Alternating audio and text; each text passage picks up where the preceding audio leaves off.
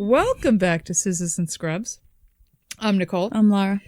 And we're still in the winter freeze. I'm literally freezing as we speak. And since we're in the winter freeze, we're going to talk about some cold shit. Yeah. We're going old school today. You know how I love a good tragic story? You do. This story is not tragic enough for me because everybody survives. Well, Except... but don't tell them now. I'm still upset by it. I'm not going to say... I'm writing it out and I'm like, Did they do this? Did they do that? I'm writing it out. I'm like, son of a bitches. It's very disheartening to me because there was no need. But we'll talk about it as we go on. Okay. And R.I.P. So we're going to talk about Ernest Shackleton's ill-fated adventure to Antarctica. We have to set the scene. It's 1874. No. He's born in 1874. Okay. But we're going to set the scene of like late 1800s, early 1900s, when everybody wants to conquer something. We got the two morons who tried to climb Everest in tweed jackets and boots and froze to death on the side of the mountain. I mean, what did you expect to Exactly. do? And it was like 100 years later, they found them still in their fucking tweed jackets. Those tweeds, I bet, were... They were perfect. Harris. You know they were Harris tweeds. Yes, they were. Probably $400. Yeah. So we're in an age of discovery. Everybody, they've got we've got a little steam engines going on. Everybody wants to go and conquer some shit. They want to find some part of the Everyone's world. moving forward. You know? Right. Yeah. So they decide Antarctica. Why not, right? Only the coldest fucking place on Earth. Nobody lives there. Nope. On purpose. And we're going to go and we're going to cross it. So Mr. Ernest Shackleton, he's born February 15th, 1874 in Kilkea County, Kildare Island. Which why he's going for England, I don't know, because we know how the Irish feel about the English. Well, they backed him. I'm sure they gave him Clearly, money. financially. So he entered the Mercantile Marine, not to be confused with the United States Merchant Marines. No, different. Service in 1890, becoming a sub-lieutenant or lieutenant in the Royal Navy Reserve in 1901. Oh. From 1901 to 1904, he was on the Atlantic, cross that out, the Antarctic, I cursived this, so it's going to be a little struggle for me, okay? And I was in a hurry. The Antarctic expedition as a third lieutenant. And he took part in, I kept thinking everything was wrong. No, it's called a sledge journey, not a sled journey. Sledge. Like this. Like literally. Like a sledgehammer. Like this, like a sledge. Literally everything I read, sledge journey. And he became severely ill and he's removed from duty and he's sent home in 1903. Unacceptable to Mr. Shackleton. No. Unacceptable. So in January of 1908, he returns to Antarctica as a leader of the British Antarctic, properly named Nimrod expedition. They are Nimrods. Yep. That expedition went from 1907 to 1909. They were prevented by ice from reaching the intended base site on the Edward VII Peninsula, and they had to winter on Ross Island in the McMurdo Sound. We'll go over that later. They were within 97 nautical miles of the South Pole, and they reached the area of the magnetic South Pole. Whoop-de-fucking-do. I don't even know what that means. So I am assuming the magnetic pole reaches farther than the actual center of the fucking universe here. So he got within the magnetic pole. I guess it's like being in New Hampshire but not really making it to Boston. So he claimed the Victoria Land Plateau for the British Crown. Oh. Again, whoop-de-doo. Who's going there? Right. And they're responsible for the first ascent of Mount Erebus. Laura, have you ever heard of it? I never. No, because it's in one. Antarctica and nobody goes there. So they returned to the base camp in February of 1909 to find that the Nimrod had set sail without them. Because Ow! They just thought they were dead. They thought they were dead. dead. Like, fuck it, they're So dead. 2 days before they get back, Nimrod takes off because he's a Nimrod. Oh my god. So they have to set fire to all of their equipment to try to signal the ship. The ship does see it, comes back, rescues They're lucky him. someone was looking. He is an idiot, okay? So the ship comes back, picks them up. So when he gets back to England, from this ill-fated trip where she really didn't accomplish anything, they knight him. And they make him the commander. He claimed the Victoria Plateau. You're right. Nicole? He climbed Mount Erebus. Yeah. They made him commander of the Royal Victorian Order. Wow. Are you impressed? Because I'm so impressed. He That gets to wear some seems fluffy impressive. fucking ribbon on his chest. Okay. So, August of 1914 through 1916, the British Imperial Transatlantic Expedition will be led by Sir Shackleton, and it's going to leave for Antarctica. Let's tell you a little bit about Antarctica before we continue on with this. It's cold. It's fucking cold. This came from Nat Geo, my Antarctica. The other stuff is from Britannica. It is the 5th largest continent. Isn't there only 7? Okay. It has no native human population. No. Shocker. You can't live there. There are no countries in Antarctica. The Antarctic ice sheet dominates the region, and it is the largest sheet of ice on Earth. Boom. The ice surface grows from 1.2 million square miles in the summer to 7.3 million square miles in the winter. So you've got this landmass. It multiplies by 7. So you've got this little landmass that sits at the very bottom of the Earth. And in the winter, it is completely surrounded by 7 million square miles of ice. Excuse me. I never want to go there. I don't know if you knew this, but it is an extremely cold climate. What? I don't know if you were aware. That's why no humans live there. It's in the south, though. It's in the south. You're right. It can drop to negative 76 Fahrenheit in the winter, and it is a whopping balmy negative 4 in the summer. I'm literally freezing sitting in my house right now. Yes. In a house. Negative 4. Oh. And you think that's warm. Oh. 1983, the coldest temp on Earth was recorded on Antarctica. Take a wild guess what you think how cold it got down there. Negative 84. Negative 128.6. 128.6. That's too cold. I don't even know how you register that. Do we even have thermometers? I was going to say, is that even accurate? I actually think that was read from space. Like, that's how fucking cold it was. Is that even accurate? I don't... It's said, like when a kid's temperature's too high. Like, yeah, the thermometer must be broken. Clearly Mount Washington doesn't get that cold because I thought that had the coldest temperatures on Earth before I read this. It receives, believe this or not, only 2 to 4 inches of snow a year. Because it's too cold. The Antarctic desert is one of the driest deserts on Earth. Yeah. I thought that was fascinating. It's too cold to snow. I always say that here. They'll be like, oh, we might get snow. But I'm like, it's negative 2. Yeah, We're not it's getting never snow. snowing. It's too cold. It's apex predator. Yes, there are actually creatures that live there. Why? In Antarctica is the leopard seal. Now, if you've ever watched Happy Feet, that's what's chasing them all the time is a leopard seal. It's not a nice looking animal. It's not like these little white fuzzy ones you see on the ice. Sounds like it's a terrifying club seals. cat/seal. It's got like nasty teeth and it rips apart all the No, I don't want to see that. penguins who also live in Antarctica. Which all these morons take these death-defying boat trips over to Antarctica so they can hang out with the penguins. I think my mother's friend went. You know what? I take a death-defying She's a trip. birder. I just go on the blue line and I end up at the aquarium. Yeah, I can Boom. see Penguins. There's also some sea lions in the water. Boom. We're taking our lives into our own hands. It costs you about $100 to get in, but I'm not cold. Yeah. And the most sketchy thing I have to worry about is the homeless guy eating pizza next to me on the blue line, so I can do it. Okay. So, we also know the emperor penguins, Happy Feet, love them. I do have to say they might be one of my favorite animals on Earth. I love penguins. I like the penguins that have the stupid little shit on the side of their heads. No, I don't like those ones. And they shake. No, I don't like those ones I at love all. them. And they were like, I don't know what I know what they are. I love them. They got all The kids always like those. I was like, I hate those ones. I could watch them all day long. I think they're hysterical. That stupid little shit on the side of their heads. I know, that's what I want to cut off. I love it. So we have a dear quote from Mr. Shackleton. Okay. Quote, after the conquest of the South Pole by Amundsen, which I'm assuming is from the Netherlands or Denmark, who, by a narrow margin of days only, was in advance of the British expedition under Scott, there remained but one great main object of Antarctica, journeying the crossing of the South Polar continent, sea to sea, Ernest Shackleton. So you want to know what this expedition is? We're going to go from one end across the continent to the other. I'm going to explain to it. In a boat? No.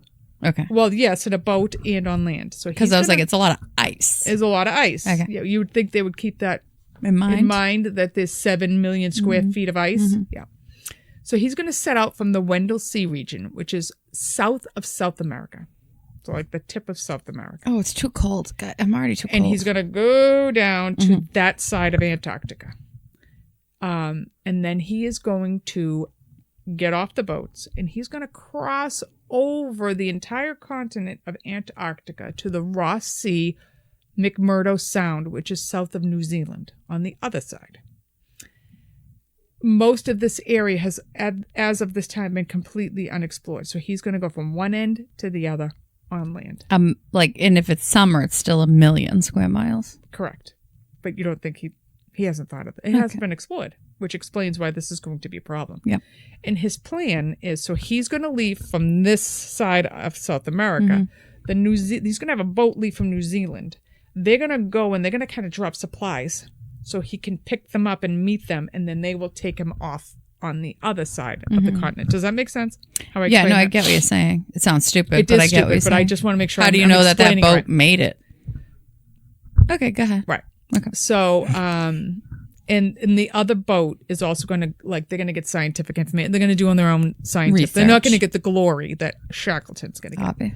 So the ship Endurance was a Norwegian-built ship that was actually going to be used for Arctic tourism. So I'm finding a whole bunch of stuff out. But up in Sweden, Finland, they take boats and they just kind of, because of tariffs and money and stuff, they'll drink and eat on the water on these boats and then go back to their country shit-faced because it's too expensive to drink in their country. Does that make sense? Yeah, okay. So this is that kind of boat. Okay. The other party was on a drinking boat. Well, it's a tourist boat that he's going to take. Yeah, we're taking on an expedition to Antarctica. Yep. Okay. Just making sure I'm on the. We're using a tiki boat. Why would this possibly go wrong, Laura? Right. The only thing worse he could have done is strap some logs together and try to give this a shot. Yeah, a little raft. Yep. The other party is on a boat called the Aurora. I don't know what kind of boat that was. It didn't get into it. Okay. Now, we're also at the very beginnings of World War I. And Shackleton does say to the king, I think it was maybe it was the queen. It might have been the queen. I don't know I don't know what year this. I have to remember the year. It might have been the king because I think she's dead at this point. I've got a ship here. Because it's like an Antarctic expedition. He has no problem getting people who want to do this. They're all fucking gung ho to explore and shit. Who? I am not this. Laura, clearly we know I'm never going to be in the Olympics because I will never do what they have to do. Meh. And I'm never going to Antarctica. Just the thought of being that cold is horrifying to me. Yeah. And why? I don't need glory. I don't want to ever see a leopard seal. Glory. Okay, so he has no problem getting anybody. So he says to them, I have boats, I have men, we can go and do the war effort. And he gets a response to just proceed. They are this is still the age of imperialism, colonization. They want the glory of being the people to have done this. They want to put their flag on an ice thing that melts in the summer. And then nobody's going to see. Right. Nobody's going to know you were there. But I mean, 6 million square miles of it melt in the summer. Right. But nobody's going there. Nobody's going there. It's not even a solid right. There's not even little indigenous people. The leopard seals are going to eat your flag. Nobody gives a shit. Okay. So they're supposed to leave August 8th of 1914 from Buenos Aires, the very, very tip of South America. November 15th, 1914, they arrive at a little island, St. Georgia. This is like a whaling island. So the whaling captains inform Shackleton at this time there was a particularly heavy ice flow this year. 1914. Remember the year, please. Okay. Note it in your little scrolls as you're writing down everything I said. Yes. Okay.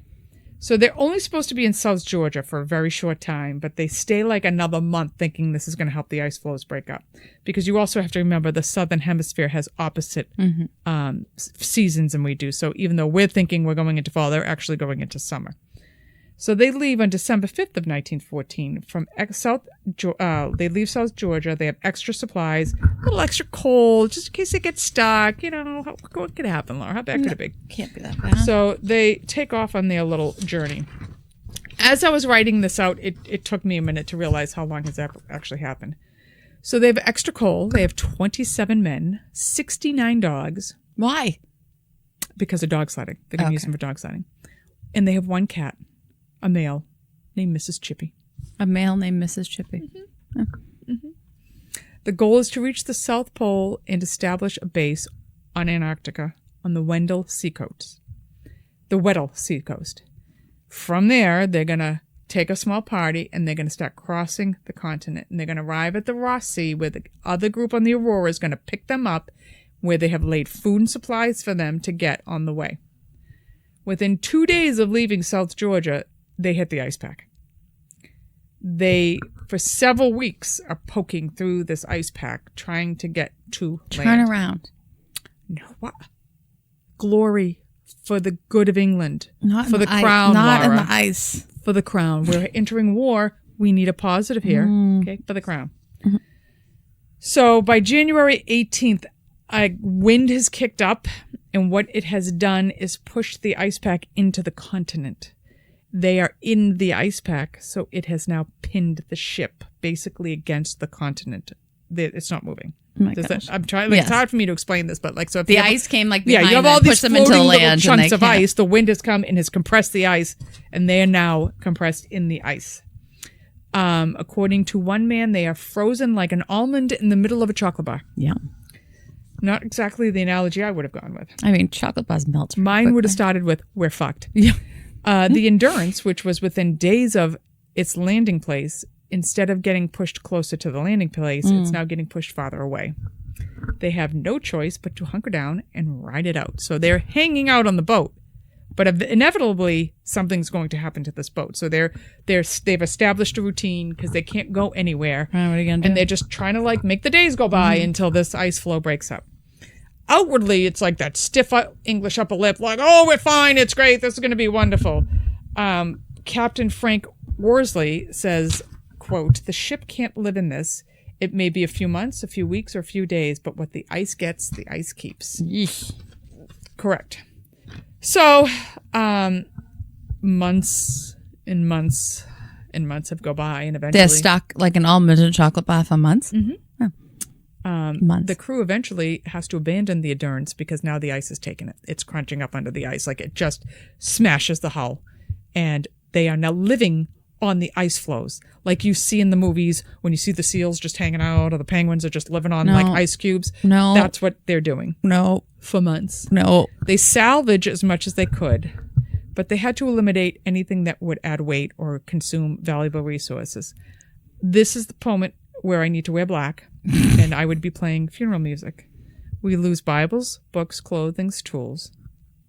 Some of the younger dogs, Laura, had to be shot. I don't know why. And Well, you had to feed fucking them. killed Miss Chippy.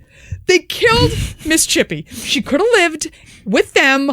I don't know why we had to ice her out, but Miss Chippy fucking shot her. Maybe she was starving to death and they were doing the nice I cannot thing. move past Miss Chippy. Maybe they're R.I.P. like, that cat is going to eat our faces off if she doesn't She's get not food going in to a eat minute. it. The leopard seal could have gotten her. Let the leopard seal get her. get Why'd rid you of have the to kill leopard her? seal. Give her a fighting I think they were chance. trying to probably be R.I.P. Miss Chippy is all I'm going to say.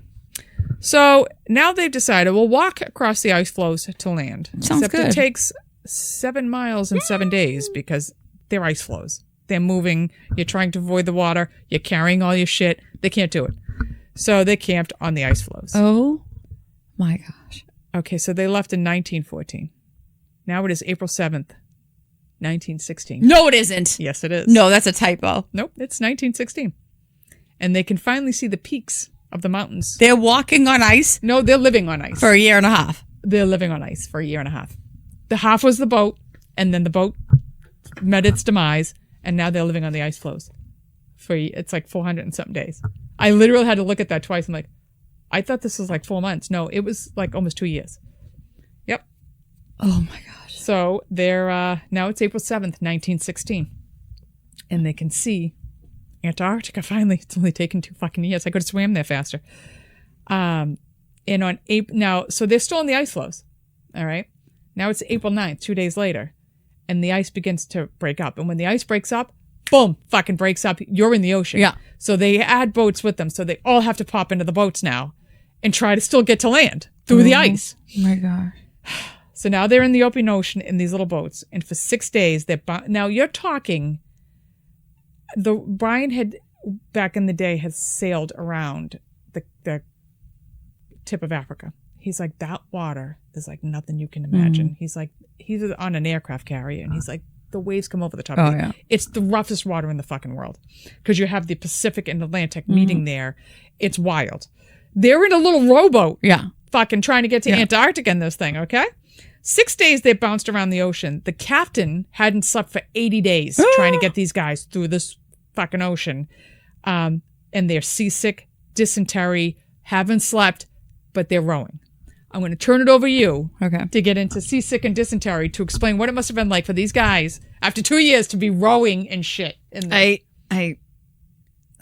I can't even fathom that it's 2 years. So we have talked about dysentery before. Dysentery is an inflammatory intestinal infection, usually caused by E. coli or parasites, and it results in severe diarrhea with blood or mucus, intense abdominal cramps, fever, and vomiting. It is transmitted through consuming contaminated food or water or poor hygiene. Major Poor case of the hygiene, and it typically lasts 3 to 7 days. But it can last up to 6 to 8 weeks. Ugh. I think it's going to be the poor sanitation, lack of water. Well, they don't have lack of water. They get all that ice. I know, but they're not clean, and then they're touching the same thing. And imagine no showers, no nothing for 2 years. So that's look like. Probably the dysentery. They're just shitting themselves, bloody mucus shits in the boat. Like in the boat, in the boat. Like you're hanging that shit over the side. What do you do with those waves? Yeah, that's true. It's in your pants. It's in your pants. And you don't have a change of clothes. And it's freezing. Yeah. No, it's frozen to your ass. And then I got into seasickness a bit. Oh, so seasickness is a form of motion sickness that's caused by conflict between the inner ear, eyes, and body sensations. So the brain is receiving conflicting info about your motion. Your eyes aren't seeing any motion. Right. Which is why you can't do any of those 4D rides. Right. But your inner ear and your muscles of your body are sensing movement, which causes your brain to go crazy, and then you get sick. Yeah. I'm intimately familiar with it. Other causes include rough seas. Yep. Small boats. Yep. Poor ventilation, not. They didn't have anything over their heads. Strong smells. They get the dysentery. And wait till you hear what the fires are made from. Yeah. And a person's susceptibility to motion, to seasickness. Check. People prone to migraines, children between 2 and 12, and people who are prone to other types of motion sickness are more likely to get seasick. Anxiety, lack of sleep, and dehydration can also contribute. Check. They were really scared. Yeah. They didn't sleep for 80 days, and they were obviously probably dehydrated. Yeah. The symptoms can be gradual or sudden. They usually peak 12 to 24 hours after the travel starts and improve as your body adjusts. But on those seas, there is no adjusting. Initially, you may experience dizziness, fatigue, headache, irritability, increased salivation. And as it progresses, you get nauseous, cold sweats, vomiting, and rapid breathing. Yep. And then severe symptoms can be dehydration, low blood pressure, and extreme fatigue from all the puking. Yep. Mm-hmm. So they're shitting and puking. And rowing. And they had to keep rowing. And rowing. Treatments for seasickness include medication, which are over-the-counter antihistamines like Dramamine and Meclizine, or another name for that is Bonine. Antihistamines, it seems weird because we know we take that for allergies, but they block the histamine receptors in the brain's vomiting center, which is your medulla oblongata. Mm-hmm. And it reduces the neural signals that cause nausea and dizziness. So that is why we take antihistamines, and the best ones for that are not Benadryl. They are Dramamine and if I Meclizine. Hear the word boat, I take 3 Dramamine. You can also get a prescription for the scopolamine patch, and you can use 1 patch for up to 3 days, and that helps a lot of people. You can make behavioral changes for treatment. You can stay on deck, the fresh air, and your eyes on the horizon because you can see the movement. Yeah. Help with the reduce seasickness. You can avoid reading or electronics because then your eyes are staying still, but your body's moving. People who read in a car are just insane. I can read in a car. Insane. Sit in the middle of the boat. That helps because it has less movement. Keep hydrated. Avoid greasy or heavy food, and avoid alcohol. Alternative remedies are ginger, teas, candy, food, capsules, anything ginger. And acupressure wristbands. Those really fucking work. They really work. They really do. So they put pressure on the P6 acupoint, which is located 3 finger widths down from the crease of your wrist between the 2 central tendons. It provides consistent stimulation, It triggers the nervous system to help relieve nausea by restoring balance in your body. And for best effect, you should wear it on both wrists. But we have been on trips that I had to give other advanced people, so one will do the trick. Works. It absolutely works. I 100% swear by it. So I then looked up. We obviously have all that stuff. Yeah. I get viciously cuffed. They did not have it in the early 1900s. They didn't have scopolamine. They didn't have bonine. Any of that. So there was an article on GG Archives. Not GG Archives. Mm-hmm. And this, on the GG Archives, they had an article, historical article, from Harper's Guide to Paris in the Exposition of 1900. And it provides a fascinating look at seasickness, one of the most dreaded conditions faced by transatlantic passengers. Yeah. It was big in those days. I'm going to read this because it's classic. Funny. Because it's funny. So this is what they said to do to prevent I can't wait. Treat seasickness. And you know what?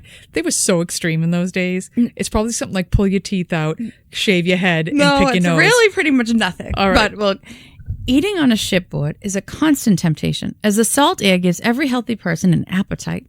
One of the principal causes of seasickness or physical discomfort during the voyage is the tendency among all passengers to overeat. I never had that problem. It would help if you remembered that you get minimal exercise on the shipboard.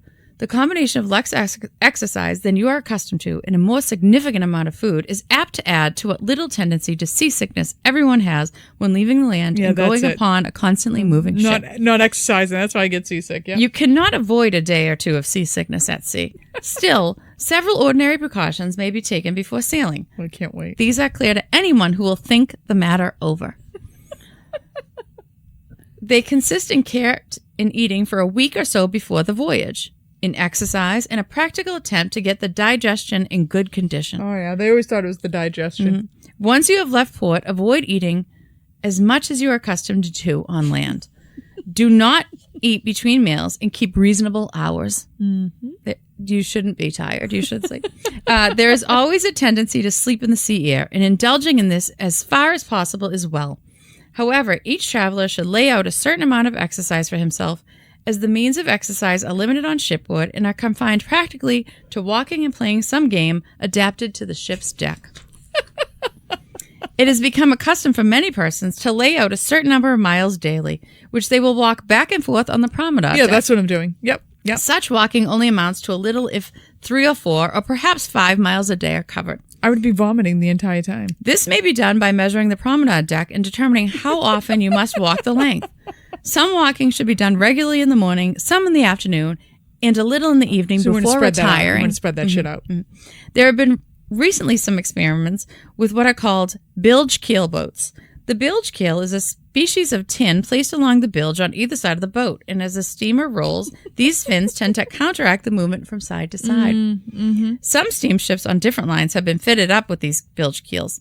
To a certain extent, the reports of many travelers testify to the greater stability of these boats. However, the best antidote for seasickness is constant exercise on the open air deck. You're running to the bathroom. And a certain amount of temperance in eating. So they're telling you, don't eat and keep moving. Yeah. Also, though, they did have Mother's Ill's Seasick Remedy Sure Cure.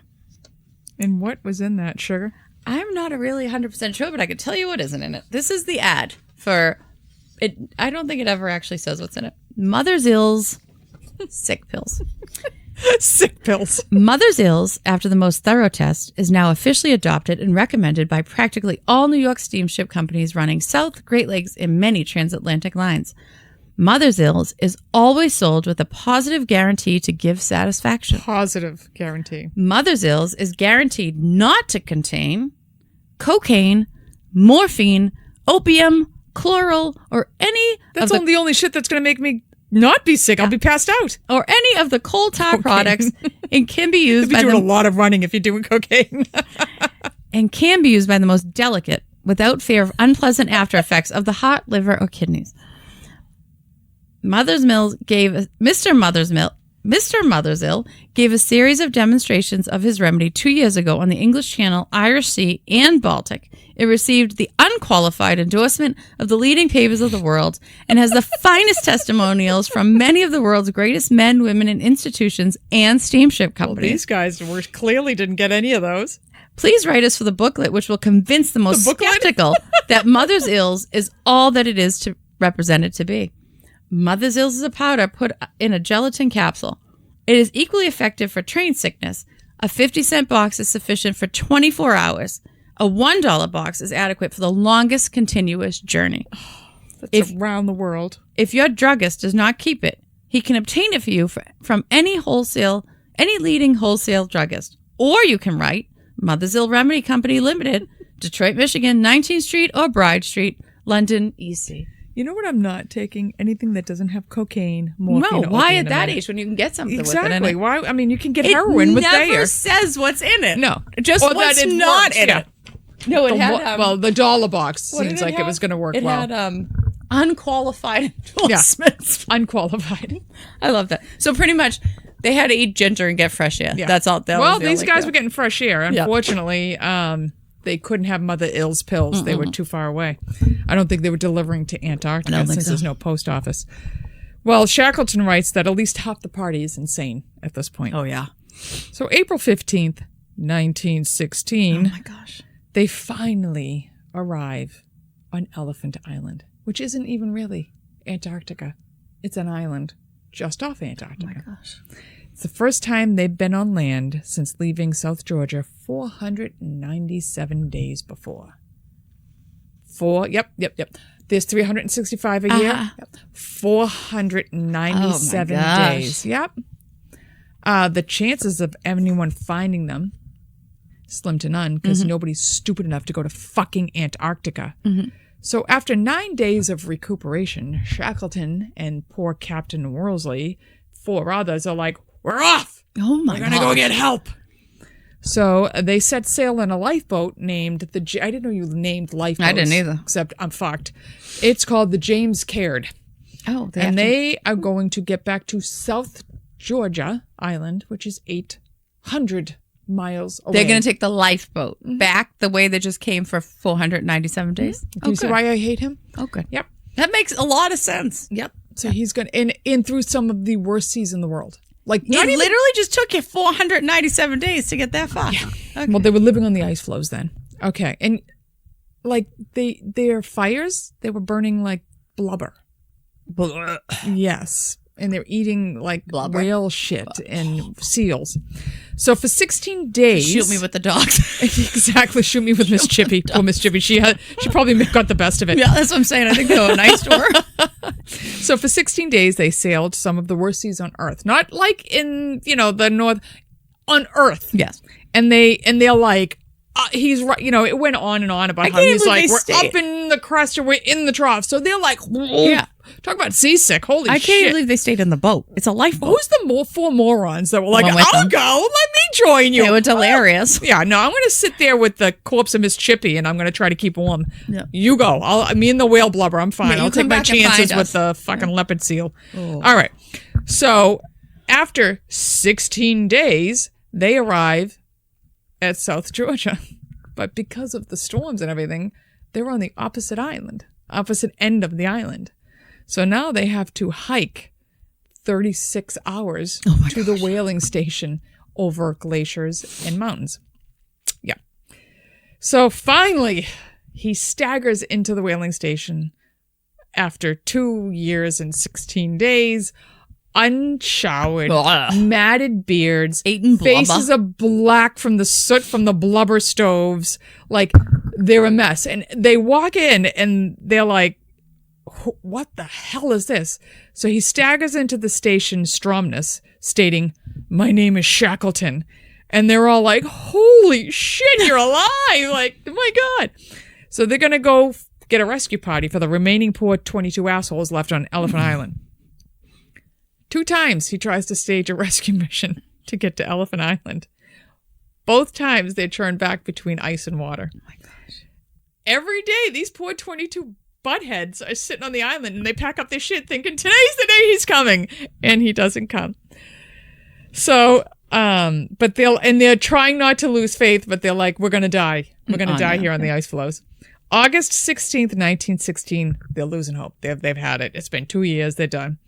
August 30th, the men on the island They're setting up to sit down to a lunch of boiled seal backbone, and they. Oh God! Oh God! You don't want to eat some of that? You don't. I can smell it. You want to eat it with your bone broth? No, I mean it's a good bone broth. So they see his boat, and they're like the Yelko off the coast. It's been 128 days since he left with that on the James Caird with the poor bastards who were going with him. Yep. So after 20-month total, the entire Endurance crew, excluding Miss Chippy and the poor little dogs, are saved. The Endurance had succumbed to the ice floe and sunk. For over a century, it was one of the most elusive shipwrecks. In 2022, it was located at the bottom of the Weddell Sea, 4 miles south from where it sank. Shackleton, this fucking dope, launches another attempt No, we didn't. at Antarctica with idiots from the Endurance who are like, I'll go with you. We're going to do it this time. That was the best 600 days of my life. Yes, I didn't die that time. I'll sure die this time. So on January 5th, 1922, after World War I is over, before World War II, we're going to still try to conquer Antarctica. I think this is when, I can't think of his name. I could think of it the other night. This is when the expedition to Mount Everest is happening. Yeah. These years. So while the ship is at South Georgia, Shackleton, who is only 47, massive heart attack and dies. It was all the whale blubber. It's all the fucking soot. They were like, even though he's 47, it looked like he was like 110. Could you imagine Those 600 how days weathered? aged him. Imagine what his face was like between the booze, the blubber, and the weather. So the crew, they're going to go. They're going to do this for Shackleton. They go to Antarctica, but they couldn't get through the ice pack. Shocking. So they just waved to the place where they sat for 2 years and get back. So poor Mr. Shackleton, after all that, never got there. You never hear what happens to the poor Aurora, who's been waiting for them. Probably, I'm assuming they're probably back after day 200. Probably still there waiting. Yeah. Do you think he's coming? Has anybody heard anything? We have all these. I have another cat. What is going on? Yeah. So I really thought it would be more tragic than that, but no. All those people lived all those days. They all fucking lived. It was the cat. They took the cat out. You know why? Because the cat would have survived. It would have made them look bad. Probably. That's what it is. He would have walked across. He would have made to Antarctica first. He would have climbed. He would have met the party and been like, I don't know where they were. I have no idea what happened. I've been chasing this little silver dot across the ice and they couldn't find it. Miss Chippy, may you rest in peace. This episode is dedicated to Miss Chippy. Okay? I'm just saying. I'm going to have a shirt, Miss Chippy. Miss Chippy. It really broke my heart. I'm not going to lie. Why the cat? Let him go with the ice flow at least. That cat would have survived. Just saying. He would have survived. For a little bit anyways. Well, that's our ill-fated story of Antarctica, which I have zero. You know where I have zero desires to go? Antarctica. Any pole. The moon. The bottom of the Mariana Trench. Who wants to go there? Well, these people want to explore places. I don't. I live on terra firma. Yeah. If it's ground under my feet, maybe I'll check it out. If I have to go through 7 million square miles of ice to get there, I am not. I have to go through any ice to get there. If I have to chip ice to get out of my driveway, I don't want to go. Yeah. I want it warm. I have no desire. No. I'm freezing to death here. Yes. Imagine living like that for 2 years. No, I couldn't. I'd be dead. Negative 126 degrees. I couldn't make it. I'm freezing at work. I don't know how they survived the cold. For 2 years. That's what I don't understand. How did they live? I don't know. But they did. Because they burned their clothes. Maybe they were under the boats. Maybe they flipped the boats over and used them as houses. But still, that's a long time. It's not like a month. No, 2 years. Almost 2 years. 496 days. That's insane. It's crazy talk. That's insane. So that hopefully is our last winter episode for this year. Please let it go on up. Because I hate the winter and I'm ready for summer. I need it. I'm still ready for. I've been ready for summer since sometime around December 26th. I hate the winter so much. So enjoy what's left of this shitty winter. Oh, it's terrible. And we have a little schooling next week on some interesting people. Oh yeah, yeah, interesting people. And we'll see you in 2 weeks. Bye. Bye. Like, subscribe, rate, and review the Scissors and Scrubs podcast on whatever podcast app you listen to us on. Follow us on Twitter, Facebook, and Instagram at Scissors and Scrubs. And email us any of your stories or thoughts to scissorsandscrubs@gmail.com.